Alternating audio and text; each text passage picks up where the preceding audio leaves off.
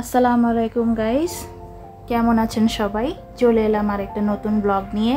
প্রতিদিনের মতো আজকের সকালটাও ঘরের কাজের মধ্য দিয়ে শুরু করলাম। প্রথমেই আমি আমার বিছানার চাদরটা সুন্দর মতো চেঞ্জ করে নিলাম এবং বিছানাটা সুন্দর করে ঝাড়ু দিয়ে নিলাম। এরপর আমি আমার রুমে থাকা অন্যান্য ফার্নিচারগুলোকে হালকা করে মুছে নিচ্ছি। এর পাশেই নতুন রাস্তা হওয়ার কারণে রাস্তার প্রচণ্ড ধুলাবালিগুলো আমাদের ঘরে প্রবেশ করে এবং এর জন্যই প্রতিদিন আমাদের যে ঘর বাড়ির আসবাবপত্রগুলো আছে, জানালার শিক আছে, সব কিছুই আমাদের সবসময় ঝেড়ে মুছে রাখতে হয়। এছাড়া আমি আমার বাসায় দুটো বিড়াল পালি।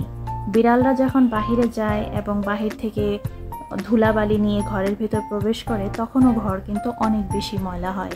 সে কারণে আমার প্রতিদিন উঠেই ঘর বাড়ি পরিষ্কার করার জন্য লেগে পড়তে হয়। ঘরের শেপ অনুযায়ী আমার ফার্নিচার অনেক বেশি এবং ফার্নিচারগুলো বেশি থাকার কারণে দেখা যায় যত্রতত্র করেই রেখেছি, কিন্তু চেষ্টা করি প্রতিদিনই এগুলোকে গুছিয়ে সুন্দর মতো প্রেজেন্ট করার জন্য। এখানে আমি যে ড্রেসিং টেবিলটা পরিষ্কার করছি, এই ড্রেসিং টেবিলটা 1993 সালে আমার আম্মা আব্বা তাদের বিয়েতে গিফট পেয়েছিলেন এবং এই ড্রেসিং টেবিলটি আজও আমি যত্ন করে রেখেছি। আসলে পুরানো জিনিসপত্রের প্রতি একটা আলাদা রকমের মায়া অনুভূতি থাকে এবং এগুলোর সাথে অনেক ধরনের স্মৃতি কাজ করে। তাই যতটুকু পারি আমাদের বাসার পুরনো ঐতিহ্যবাহী ফার্নিচারগুলোকে কিছুটা হলেও যত্ন করার চেষ্টা করি। অনেক ফার্নিচারই আছে যেগুলো বাতিল করে দেওয়া হয়েছে।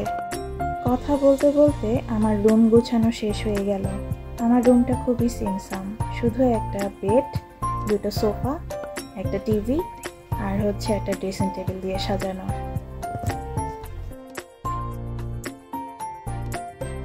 চলে এলাম আমাদের অন্য আরেকটা রুমে। এটাও হচ্ছে আমাদের আরেকটা বেডরুম, কিন্তু এটা আর এখন আমাদের বেডরুম নেই, এটা হয়েছে বিড়ালদের বেডরুম।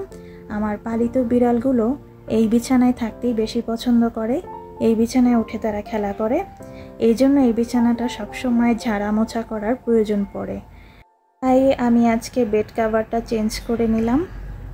এখানে আমি বেড কাভারটা সুন্দর মতো বিছিয়ে নিচ্ছি।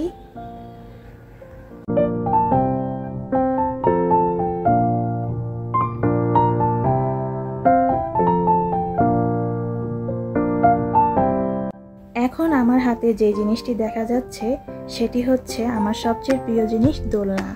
ছোটবেলা থেকে একটা দোলনার ঝোলার খুব শখ ছিল, কিন্তু সেই শখ আর পূরণ হয়নি, তাই বড় বয়সে একটা দোলনা কিনে ফেঁসে গেলাম। আমার বাসায় পর্যাপ্ত জায়গা এবং বারান্দা না থাকার কারণে দোলনাটিকে বিছানার উপরে রেখেছি। কেমন হলো এই আইডিয়াটা বলুন তো? পর টুকিটাকি অন্যান্য কাজ, হালকা পাতলা কাপড় চোপড় গুছিয়ে ভাঁজ করে এক জায়গায় রেখে দিলাম। এই হচ্ছে আমার পুরোটা রুম। এটাও খুব সিম্পল, শুধু একটা বেড আর একটা বড় আলমারি দিয়ে সাজানো। আর এটা হচ্ছে আমার আদরের বিড়াল চুমকি। চুমকি তার বাচ্চাগুলো নিয়ে খুব শান্তিতেই বসে আছে। চুমকির জন্য আজকের দিনটা অনেক বেশি গুরুত্বপূর্ণ এবং সেটা নিয়ে আগামী ব্লগ হবে, সেটা দেখার আমন্ত্রণ রইল।